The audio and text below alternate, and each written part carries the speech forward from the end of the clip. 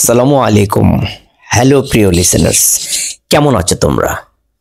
জি, যেখান থেকে আমাকে শুনছো সকলকে শুভেচ্ছা ও অভিনন্দন জানাচ্ছি আমার এই ইউটিউব চ্যানেলের পক্ষ থেকে। আমি প্রতিনিয়ত চেষ্টা করি তোমাদেরকে ভৌতিক গল্প উপহার দিয়ে আনন্দ দেওয়ার জন্য। তবে ভৌতিক গল্প বিশ্বাস করা না করা কেবল তোমাদের উপর নির্ভর করে। আমার ইউটিউব চ্যানেল মিথ্যা কুসংস্কারকে কখনো বিশ্বাস করে না। আশা করি তোমরাও মিথ্যা কুসংস্কারকে প্রশ্রয় দিবে না, মিথ্যা কুসংস্কার সমাজে রটাবে না। আমার এই গল্প যদি জীবিত কিংবা মৃত কারোর সাথে মিলে যায়, সেটা একান্তই কাকতালীয়।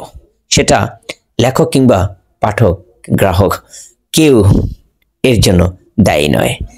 তবে ভৌতিক গল্প যারা শোনো, যারা চ্যানেল সাবস্ক্রাইব করনি, প্লিজ দয়া করে চ্যানেলটা সাবস্ক্রাইব করে সঙ্গে থাকার জন্য অনুরোধ করব। বেল আইকনটা বাজিয়ে রেখো, আমার এই গল্পের নোটিফিকেশনটা খুব দ্রুতই পেয়ে যাবে বলে।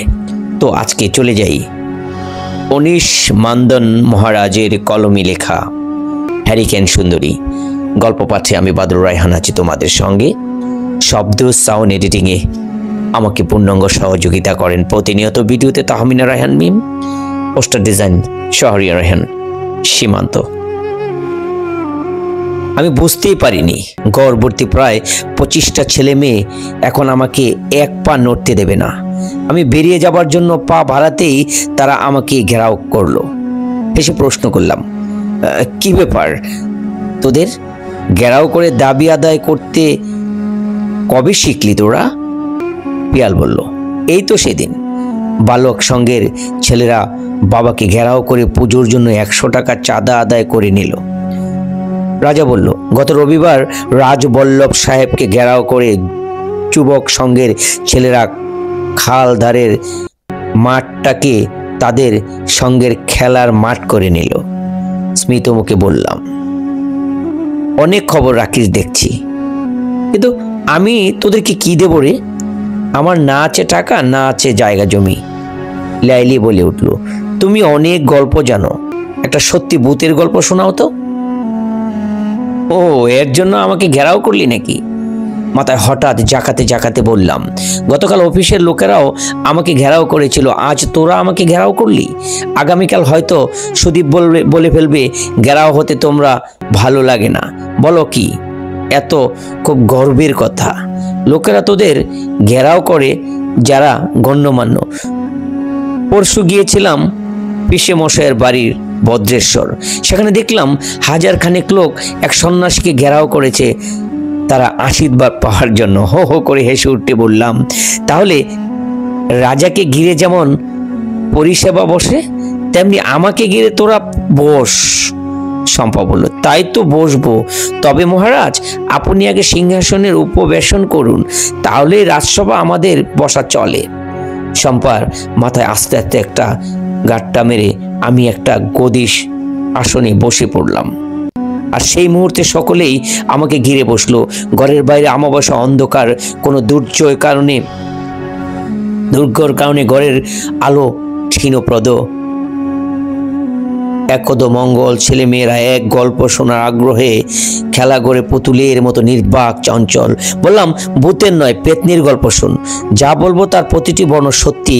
হ্যারিকেন সুন্দরীকে যখন আমি মনে মনে আমার বান্ধবী করে বলে ভাবতে শুরু করেছিলাম, তখনই সে একদিন আমার সঙ্গে সম্পর্ক মুছে দিয়ে চলে যায়। হ্যারিকেন সুন্দরী অমন নাম কারো হয় নাকি? বললাম, অবশ্যই, নাম আমিই দিয়েছি তাকে। আমার এই নামে ভাবতে ভালো লাগতো। বাইরে বোধহয় জ্বর উঠলো, আর আমিও তখন বলতে শুরু করলাম, প্রায় 28 বছর আগে এমনই এক বৈশাখী সন্ধ্যা রাতে জ্বরে উঠেছিল একটি মেয়ে। হ্যারিকেন হাতে তার ব্যাপক বাপকে আনতে গিয়েছিল কেষ্টপুর খালের পিচালি ঘাটে, কিন্তু জ্বরের জন্য হোক অথবা অন্য কোনো কারণেই হোক তার বাপ সে রাতে এলো না। রাত গভীর হলো। মেয়েটি দ্রুত ফিরে এসেছিল বাড়ির দিকে, তবে বাড়িতে এসে সে পৌঁছাতে পারল না। পরের দিন সকালে নির্জন জঙ্গলের পথে তার মৃতদেহটা পাওয়া গিয়েছিল। মেয়েটি ভয় পেয়ে মারা গিয়েছে কিনা জানি না। তারপর দ্রুত ফিরে আসছিল বাড়ির দিকে, তবে বাড়িতে সে পৌঁছাতে পারলো না। পরদিন সকালে নির্জন জঙ্গলে পথের দ্বার মৃতদেহ পাওয়া গেল। হ্যারিকেনটা কিন্তু তখনও চলছিল। এই বেদনাদায়ক ঘটনার কথা আমি কিন্তু আগে জানতাম না। যখন হ্যারিকেন সুন্দরীর সঙ্গে রোজ আমার দেখা হতো তখন জেনেছিলাম, তারপর কোনোদিনই আর তার দেখা পায়নি। হঠাৎ ঘরের বিজলি বাতি নেভে গেল, তবে সেই মুহূর্তে প্রজ্বলিত হ্যারিকেন নিয়ে এসে টেবিলের ওপর রেখে গেল মধুর মা। বললাম, এ ভালো হলো, হ্যারিকেনের সামনে বসে হ্যারিকেন সুন্দরীর কথা বলবো। ওকে আমি প্রজ্বলিত হ্যারিকেনের হাতে রোজ দেখতাম। তখন রাত করে বাড়ি ফিরতাম মাস্টারমশাইয়ের কাছে পড়ে। আমার সামনে ও চলতো কখনো পাশাপাশি অন্ধকারাচ্ছন্ন নির্জন জঙ্গলের পথে। আমি এই হ্যারিকেন নিয়ে হেঁটেছিলাম। ধীরে ধীরে ওকে আমি প্রায় নিজের বোনের মতোই ভালোবেসে ফেললাম। একদিন জিজ্ঞাসা করলাম, এ সময় রোজ কোথা থেকে ফেরো তুমি? ওর মুখে কোনো কথা না বলে আকার ইঙ্গিতে একটা দিক বুঝিয়ে দিল। বুঝলাম ও রোজ বিচালি ঘাট থেকে ফেরে। কোথায় বাড়ি তোমাদের? উত্তর দিতে আবারও আকার ইঙ্গিতে আশ্রয় নিল। বুঝলাম বাড়ি ওর গয়লাপাড়া। গয়লাদের মেয়ে হয়তো। দুদিগিরে চেহারাটি বেশ সুন্দর, তবে ওর সুন্দর চেহারা পোশাকের পরিবর্তন দেখতাম না। একই লাল রঙের ফ্রক পরতো, অথচ আমার বোন মঞ্জু কত রঙেরই না পোশাক ছিল। তাই আর একদিন ওকে প্রশ্ন করলাম, তুমি বুঝি লাল আর রং ছাড়া কোনো কিছু পছন্দ করো না? তোমার সব জামাই বুঝি লাল রঙের? ওর মুখের কথার পরিবর্তে নিঃশব্দ হাসি ফুটে উঠল। বললাম, ফুল অবশ্যই আজ লাল, কাল হলদে, পরশু নীল হয়ে ফোটে না। বাবা মঞ্জুকে কত বলে কথাটা, যাতে সে রং বেরঙের জামা কেনার জন্য কেবলই বায়না না ধরে। তবে সে বাবার কথা মোটেই শোনে না। তুমি বুঝি তোমার বাবার কথা খুব মেনে চলো? ওর চোখ নিশ্চয়ই কিছু বলল আমাকে, তবে মুখে কিছু বলল না। আমার বোন রাত দিন বকবক করতে আমার সঙ্গে, অথচ ওকে আমি একটা কথাও বলাতে পারলাম না। ব্যাপারটা মস্ত বড় পরাজয় বলেই মনে হচ্ছিল আমার কাছে।